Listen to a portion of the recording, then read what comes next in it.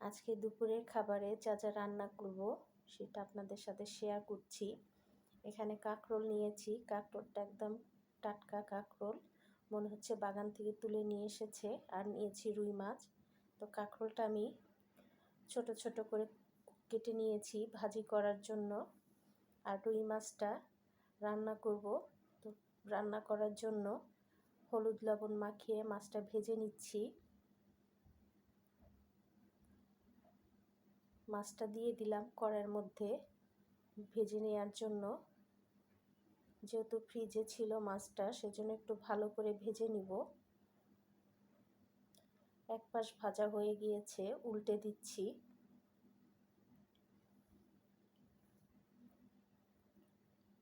মাছ ভাজা হয়ে গিয়েছে, এবারে নামিয়ে নিব। নামিয়ে নিচ্ছি মাছগুলো।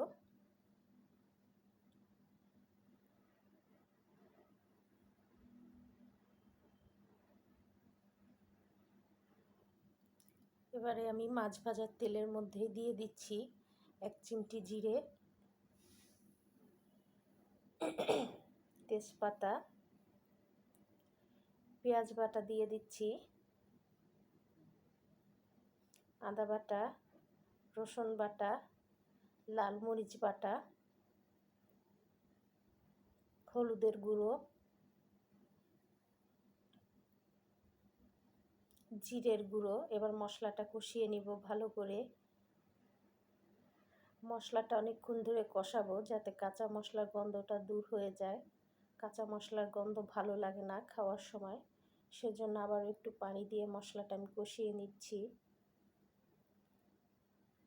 এবার দিয়ে দিচ্ছি একটু মাছের তেল। রুই মাছের পেটে অনেকটা তেল হয়েছে, তো আমি তেলটা দিয়ে দিলাম। আর এই মাছের তেল স্বাস্থ্যের জন্য বেশ উপকারী। আর একটু পানি দিয়ে মশলাটা আবারও কষিয়ে নিচ্ছি।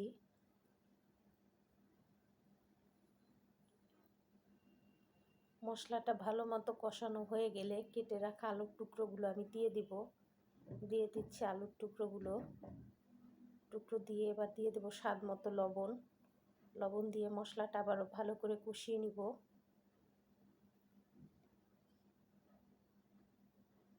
ঢেকে দিলাম কিছুক্ষণের জন্য।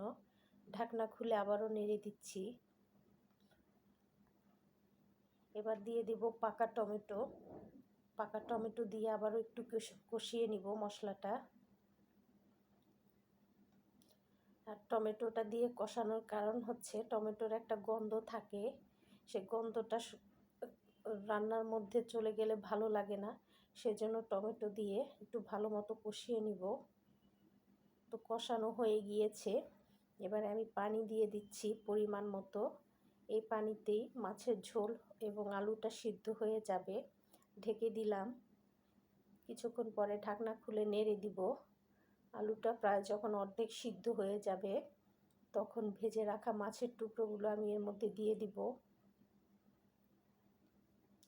মাছের টুকরোগুলো দিয়ে দিলাম। এবার ঢেকে দিব।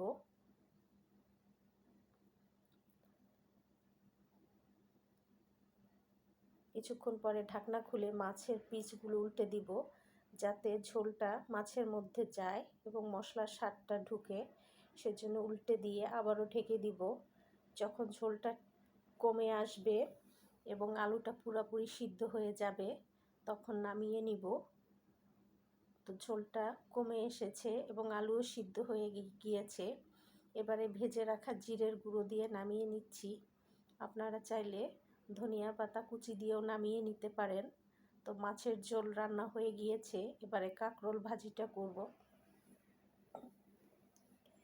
কড়াইয়ে তেল দিয়ে দিলাম। এবার দিয়ে দিচ্ছি পেঁয়াজ রসুন কুচি। ভাজিটা আজকে একবারে বসিয়ে দিব। আপনারা চাইলে আগে সিদ্ধ করে নিতে পারেন সবজিটা। 3-4টা শুকনো মরিচ দিয়ে দিলাম। দিয়ে পেঁয়াজটা হালকা রং ধরবে তখন আমি কুচানো সবজিগুলো দিয়ে দিব।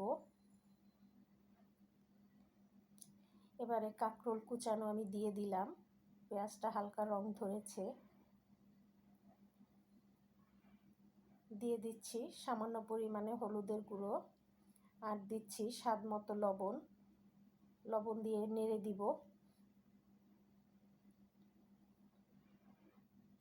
এবার ঢেকে দিব। কিছুক্ষণ পরে ঢাকনা খুলে নেড়ে দিচ্ছি, আবারও ঢেকে দিব। এভাবে বেশ কয়েকবার করব, ঢাকনা খুলব এবং নেড়ে দিব। আমি কিন্তু সবজিতে পানি দেইনি, সবজি থেকেই পানি বের হয়েছে, এতেই সিদ্ধ হয়ে যাবে। তো এভাবে ঢাকবো এবং নেড়ে দিব। এরকম করতে করতে সবজিটা যখন সিদ্ধ হয়ে যাবে এবং কিছুটা লালচে রং ধরবে, তখন বুঝতে হবে ভাজিটা হয়ে গিয়েছে। নামিয়ে নিব। তো তৈরি হয়ে গেল কাঁকরোল আলু ভাজি আর রুই মাছ আলু টমেটো দিয়ে ঝোল। কেমন লাগলো রেসিপিটি অবশ্যই জানাবেন। যদি রান্নার ভিডিওটি ভালো লাগে তাহলে চ্যানেলটি সাবস্ক্রাইব করবেন। ধন্যবাদ সবাইকে।